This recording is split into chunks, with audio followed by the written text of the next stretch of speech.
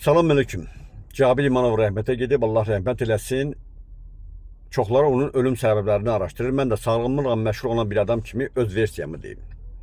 Ümumiyyətcə, ürək-damar sistemi xəstəlikləri olan insanlar mümkün qədər bağlı şəraiti olan məkanlardan aralı durmalı. Fərqi yoxdur. İdman salonları olsun, ev şəraitləri olsun, mümkün qədər açıq havada olmalıdırlar.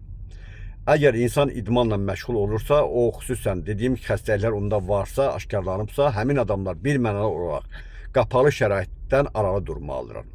Yəni istər ev şəraitində olsun. Əgər siz idmanla məşğul olmaq istəyirsinizsə, indi çoxları evlərində də idman trenajörləri gətirirlər və onunla məşğul olmağa çalışırlar. Mümkün qədər ev şəraitində olsun, hətta idman salonları olsun, zalları olsun, həmin yerdən aralı durmaq lazımdır. Niyə görə? Çünki mən deyim də, insanlar həmin bağlı şəraitdə olarkən çox zamanlar həmin o salonları qızdırmaq baha başa gəldiyindən orada çalışırlar ki, qapı pəncərələri bağlanmaqla bir müsbət temperatur yaratsınlar.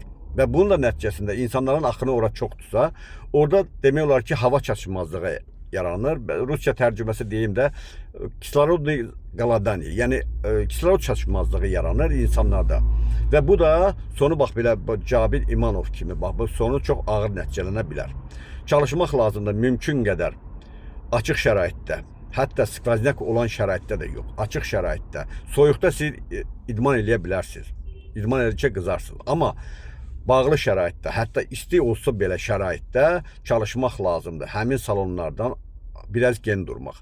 Çünki sağlamlığın bir nömrəli əsas məsələ bu ürək-damar sistemi xəstəliklərinin əsas problemlərindən biri bağlı hava çatışmazlığı. Onsuz da bu adamların qan dövranı demək olar ki, işləmir və biraz da o hava çatışmazlığından bu xəstəlik biraz da ölümü qəfilləşdirə bilər. Yəni çalışın mümkün qədər. Mən heç bir idman salonunu ya idmanla məşğul olan bu təşkilatların əleyhinə deyiləm, ancaq sağlamlıq daha vacibdir. Bəzən bizim sağlamlığımız idman salonlarında ölümlə nəticələnə bilər.